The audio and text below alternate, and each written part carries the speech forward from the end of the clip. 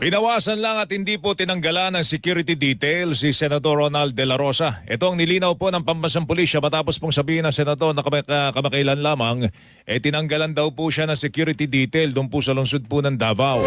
Ayon kay Police Brigadier General Gene Fajardo, tagapagsalita ng PNP, bahagi na umiiral na COMELEC Resolution number 11067 ang pag-recall sa ilang security personnel sa lahat po ng mga nag-a-apply po nito, kabilang na po ang mga government official at elected officials sa panahon po ng eleksyon.